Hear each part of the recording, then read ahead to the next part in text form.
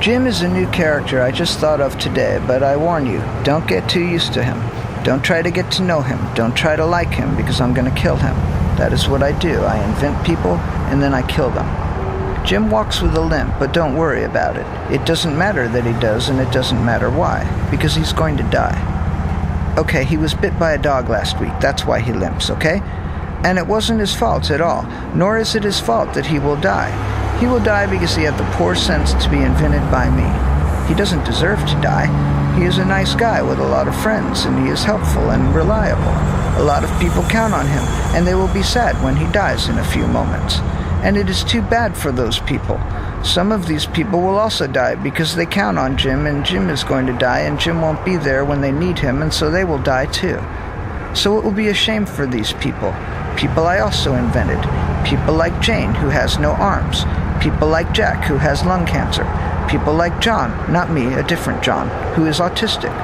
Jim is a friend to them all, and he helps them all in countless invaluable ways. But it doesn't matter. None of it matters. I only bring these things and people up for only two reasons.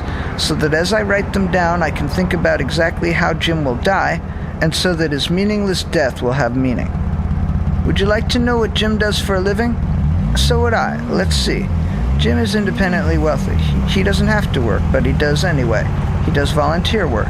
He helps out at the cancer ward and in the section of the hospital where the people who have no arms live. And on the weekends, he works with autistic children like John, not me. Does Jim have a love life? No. He is too busy and too shy. Does Jim have any pets? No. Are Jim's parents still alive? Yes. It will be tragic for them when Jim dies, maybe of a brain hemorrhage. I haven't decided yet. Okay, let's do it. This morning, Jim was reading the paper. He was reading an article about the Congo, the country formerly known as Zaire, and he was drinking coffee, and he spilled the coffee on himself, and it burned. It was very hot, and he jumped out of his chair, and he bumped his head on the wall somehow, and fell out of the window, and landed on his bad leg, and limped into the street, and got hit by an ambulance, and left for dead, but he wasn't dead yet. He was just lying in the curb, and pigeons came along and ate his eyes, and seagulls ripped his stomach out, and pelicans ate his liver, and his spleen popped out all on its own, and turned into a harmonica and played a pleasant little tune.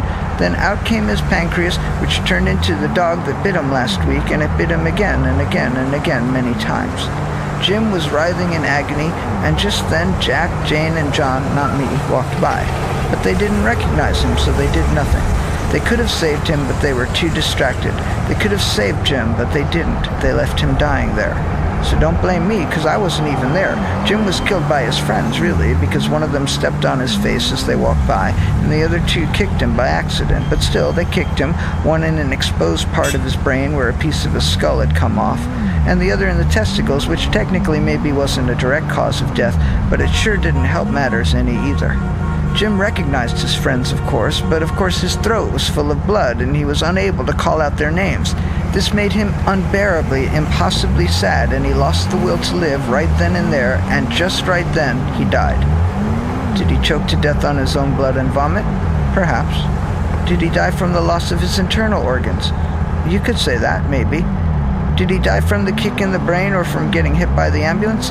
Well, look, causes of death, like meanings of life, are mysterious and ineffable. We can speculate for the rest of the evening if you like, and one can attribute Jim's death to any number of assorted factors.